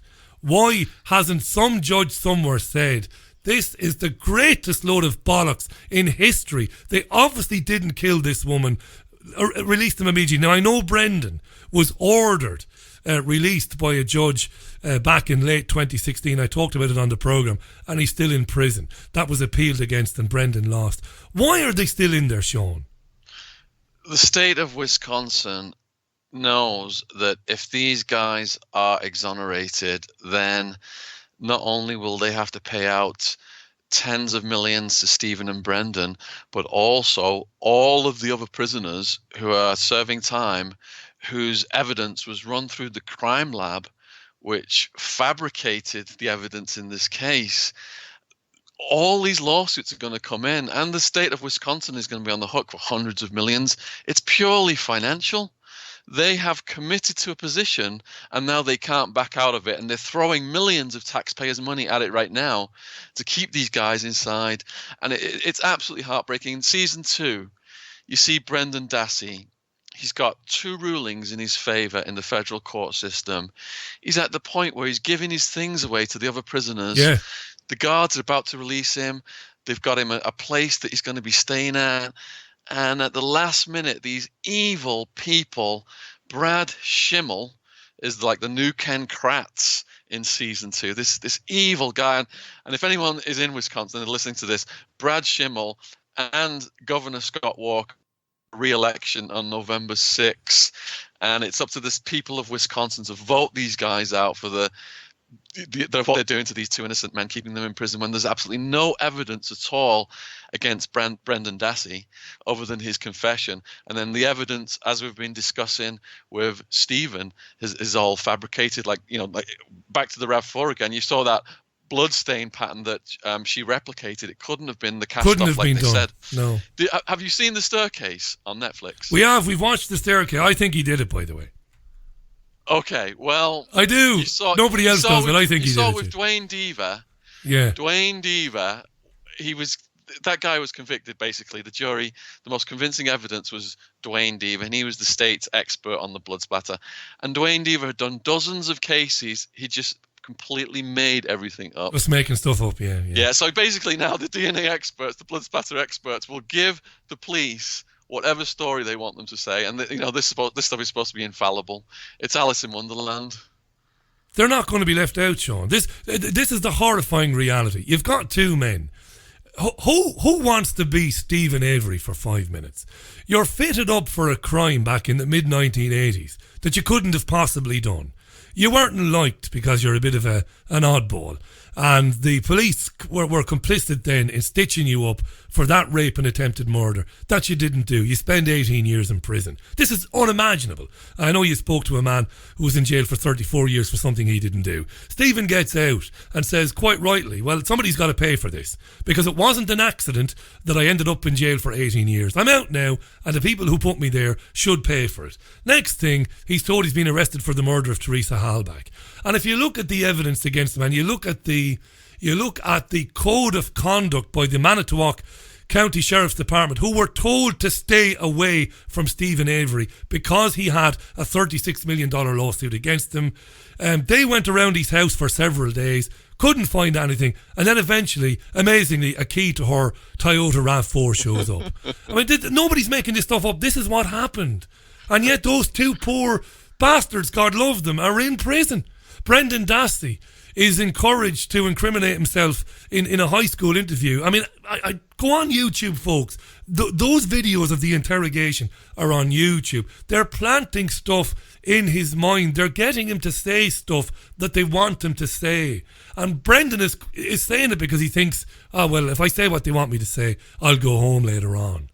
And then the day after he says something, evidence pops up exactly to corroborate what he said. Amazing. It's like they've searched these places before, but all of a sudden, like the hood latch sweat.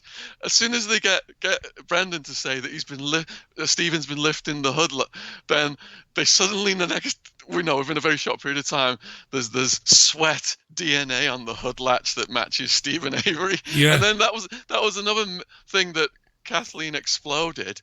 Because it was so concentrated, that DNA on the hood latch, it couldn't have just come from a drop of sweat. It had to come from like a swab. Somebody planted from it, yeah. his mouth or something, saliva or something. What about Kathleen Zellner going after Bobby Dassey? I find this very interesting because if you said to me, Shaun, and I'm not a gambling man, I used to have the occasional bet on football over the years, never major, 2 or 3 quid really is my stake. A bit of blackjack every now and then, couple of bob on blackjack, but not a major gambler at all. If you said to me, Richie, I'll give you £1,000 to make a charity bet on the outcome, I'm thinking, and I know people will listen to this and they will say, typical conspiracy nonsense. How do you guys live? How do you sleep at night making this stuff up? But I'm going to say it anyway. It's obvious to me that dark actors on the orders of people connected to the Manitowoc County Sheriff's Department murdered Teresa Halbach. But they're trying to bring Bobby Dassey into it because Brendan's brother, and again, for the people who haven't seen the series, they found on a computer used primarily by Brendan's mother, Barbara, her fella who's Brendan's stepfather, and Brendan's brother, Bobby. They found on the computer some pretty sinister stuff searched for by Bobby Dassey. Stuff to do with violence against women and sexual violence and stuff like that. And she's going down that road. Is she making Bobby Dassey the subject of it because she knows she's going to get nowhere by going down the conspiracy theory route of the state is framing Stephen Avery? What do you think? Well, it's more strategic than that. In the original trial, the judge ordered that other Denny suspects couldn't be introduced. Yeah. So if Kathleen can create reasonable doubt at a new trial by introducing this information, she doesn't have to prove that Bobby Dassey's done anything or anybody else. She's just got to create reasonable doubt in the minds of the jurors with this information to get Stephen out. That's right. You've explained it brilliantly. You say it's strategic. If Bobby Dassey had nothing to do with it, can't be very comfortable for him watching that.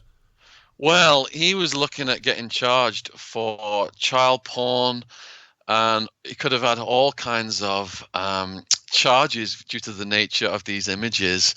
So it appears that there may have been a quid pro quo whereby they got Bobby and they got Scott to say things that would help convict Stephen in the very beginning, if you remember. Very important. This, by the way, Shaun, this is very important. At the very beginning, Bobby basically said he saw Teresa buy Stephen's trailer, didn't he? Isn't that right? Have we lost Shaun momentarily there? Shaun Attwood is our guest. Are you there, Shaun? Yeah, but it just cut out then. And I heard you say in the very beginning, and it was Bobby who said that he saw Teresa around. Teresa had gone in the property, hadn't left. That's right. Yeah. And then he later on said he never said that. But then he got re-interviewed by the police. It showed that in the season 2, and he's saying that he's sticking by his original testimony. Yeah. So it seems like there's a mix of people. The police, like you've pointed out, Scott, Bobby, and the ex-boyfriend, Ryan. I mean, how's Ryan got this day planner? Again, yeah, there's another aspect to it. Yeah, absolutely right. If you had to put money, Shaun, where's your money with? Who did it? Who exactly did it? Yeah, who did it? Well, according to FBI statistics, it's usually the ex-boyfriend. That's right, and he was the subject of focus, the focus of Kathleen Zellner, and I think episode 6 or 7 in the second series he came into it because again there were some inconsistent statements he made in terms of the time he spent with her and where he was, but that seemed to go away then, didn't it? Well, according to Kathleen in season 2, Teresa was writing in her planner the day that she died. Yeah, she didn't go home and drop it off at home. Yeah, Ryan, he's leading the search party and all this stuff, and he's also got her day planner. Yeah, it's incredible stuff, that. Yeah. And why did Zellner kind of drop that? Or has she dropped it? Well, she's not dropped it. I mean, this was one of the major mind-blowing points that were brought out in season 2. It's got to be the most terrible thing in the world for the families of those two men. I mean, they knew from the get-go, obviously they didn't do it, and it must be mentioned to people, this took place in the mid part of the last decade and people only got to learn about this in 2015. The family have had to live with this since 2005, knowing that these two men didn't kill Teresa Halbach. You got to give a mention to her and to her family as well. Why do you think it is, Shaun? Again, you've more experience of this than I do. Why do you think it is that Teresa's family are very reticent to talk about some of the anomalies that have been highlighted by the filmmakers and remain committed to believing that Stephen and Brendan did it? Is that a common thing with the victims of murder in terms of the victim's family? What happens is the prosecutors and the detectives, they want to get these cases solved as quickly as possible, and they meet the family members of the victims and they promise them, they're going to do everything possible to get this done. And then once they find a perpetrator and they get that person convicted, they're committed. Now, in the eyes of the family members, if they've not experienced any kind of corruption from the justice system, most people haven't, they're trusting in these people and they're going to believe that, they're going all out to get this crime solved.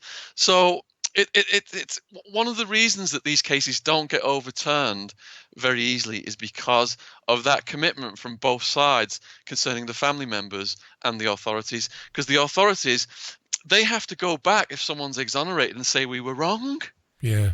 That person did not kill your family member. And can you imagine, what that must feel like to be able to do that? So once they become committed, they're entrenched. And even as evidence materializes, they hide it and they circumvent it and they play all these games to try and keep these convictions standing. They must be having sleepless nights, though. I totally get what you just said, and I can see how that plays out. I can see how they put it to the back of their minds and they pretend that they didn't learn about the blood spatter nonsense. They pretend that they didn't hear any of that because they're committed to the notion that Stephen and Brendan did it. But there must be sleepless nights, Shaun. These are not stupid people. The lower level staff members have sleepless nights, and the higher level staff members, the minority with the power, are complete and utter psychopaths. I'm talking about the family now. I'm talking about Teresa's family.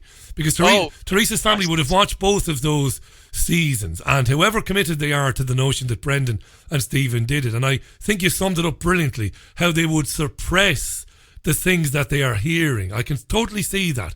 But they must still, in the dead of night, they must still wonder what the hell is going on. I really feel for them, and I think it must be an absolute nightmare that this is just going on and on and on, and the real perpetrator has not been caught. Because if you go back to Stephen's first case, the staff working under the sheriff and working under the prosecutor rose up and said, we believe this other guy, the Sandman, did this. And the boss, the sheriff, and the prosecutor concocted a story. They told all their staff members that the Sandman had been meeting his probation officer on the day the woman was assaulted from Stephen Avery's first case. And they told all the staff members to go away, and they couldn't object to that because he was with his probation officer. It couldn't possibly be him. It had to be Stephen Avery. And this is what we're seeing with people like Ken Kratz and these guys, just complete and utter psychopaths and narcissists. Final question on this. Do you believe, and again, nobody in recent years has studied the US penal system, the federal justice system, as much as you have, and you've had your experiences that will always be with you. Do you think the two lads will ever see the light of day? All right. So in your question, though, you mentioned the federal penal system. Yeah.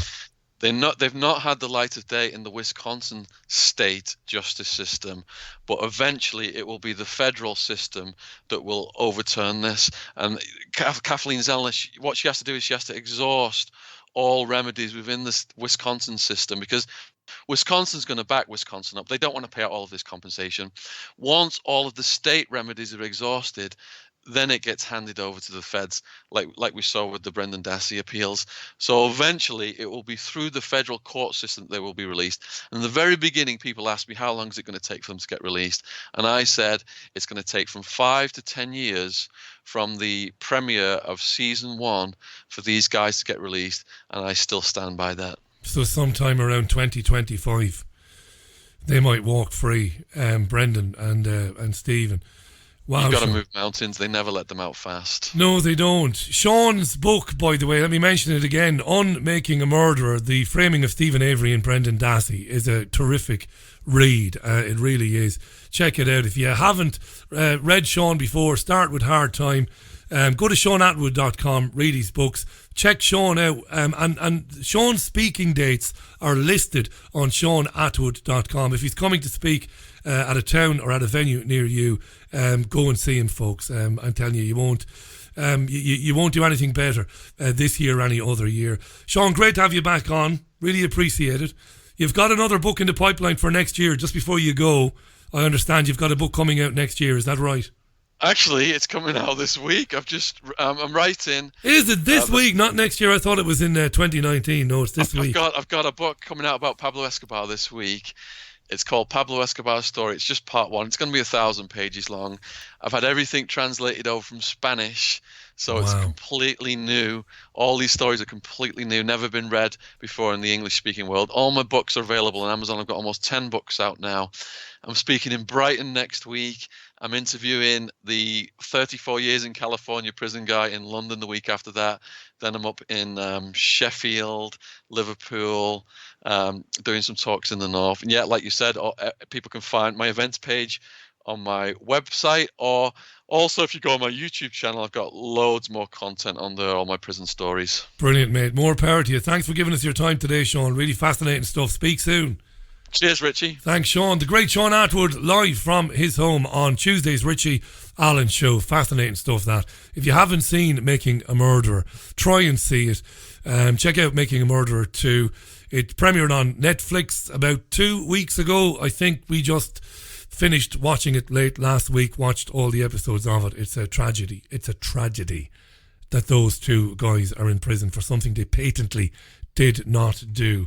7.5 minutes to the top of the hour. Quick break, back in a minute. There's a place high in the mountains of Spain, a sanctuary where souls gather from all around the globe to learn about themselves and experience powerful changes in the way we see our world. They become awakened to their gifts and their power to heal others. Become part of this ever-growing worldwide family of unique, pure energy healing practitioners. Discover how amazing you truly are. Go to www.markbayerski.com. It could just change your life forever. Forever. Have you lost access to important data from a computer hard drive, mobile phone, or other storage device? Maybe you have a broken hard drive containing years of information, or a smartphone that no longer works from which you'd like the pictures, movies, and chats recovered. If you would like to recover data from any type of digital device, including desktop and laptop computers, external hard drives, cameras, smartphones, NAS, and RAID servers, then contact Data Clinic today at dataclinic.co.uk now. Welcome back to the most listened to independent radio show in Europe. It's your Richie Allen Show. Welcome back to the programme. Thanks for all your tweets today. Really enjoyed hearing from you, particularly in the first hour of the programme. Don't forget it's archived. If you've come in on the end of that chat with Shaun Attwood and you thought that that's very interesting, that the programme will be uploaded to Podomatic.com in about 15 to 20 minutes time. It'll be on YouTube sometime before 10 p.m. UK time today, and it automatically then goes to Spotify and to iTunes as well. Check it out. Let me give another mention to Hayden Hewitt's Live Leak show, which celebrates its 12th anniversary today. They are live, Hayden and a cast of thousands. I think Graham will be with him. They will be live tonight at 9:30 p.m. UK time or thereabouts. All the details to be found at liveleak.com and triggerwarning.tv. I'm not sure if it'll be on YouTube, but it'll definitely be on liveleak.com, the Live Leak show, at 9:30 p.m. UK time today. Check it out if you haven't checked it out before. ShaunAttwood.com is Shaun's website. As he said and as I said, the events are listed there. Fascinating public speaker, really, really good. And his books are unputdownable, to coin a phrase there, Shaun Attwood. Interesting news roundup in the first hour of the programme as well. Like I said, it's all archived and it'll be online really soon. Not much else really. I did notice as I was speaking with Shaun, just as we were ringing off there, the BBC are reporting, if you're into your films, you may have seen a movie called Black Mass, which starred Johnny Depp. It came out about 3 or 4 years ago, didn't it? And it was about James Whitey Bulger, an infamous Boston-based gangster. And as I said, he was portrayed by Johnny Depp in a film called Black Mass, which is a good film actually, very dark. I believe Benedict Cumberbatch is in it too. I think he plays Whitey Bulger's brother. Well, anyway, he's dead, is James Whitey Bulger. If you're into a lot of people are into the mafia. They like mafia-based stuff. They like the mafia films and TV shows. The infamous Boston gangster James Whitey Bulger was found dead in a US federal prison in West Virginia. He was found unresponsive in his cell, and there are reports that he was attacked maybe by another inmate, maybe. James Whitey Bulger. That might be interesting to you. It might not. If you like a good film, Black Mass is very good. Maybe the last decent film that Johnny Depp was in. That's it then for Tuesday's programme, the 30th of October 2018. I'll be back with you again tomorrow, Wednesday at 5 p.m. UK time, as usual. You might hear from me before then. I do like the occasional mid-morning live stream on YouTube. You might hear from me before then. Stay in touch with me on Twitter. It's at Richie Allen Show, because when I do live stream, I do give you a heads up to let you know that I've got something to say. All right. Right, going to leave you with some lightning thieves to close out the programme. Enjoy the rest of your Tuesday. Look after yourselves and one another. I've been Richie Allen. Bye now. Bye.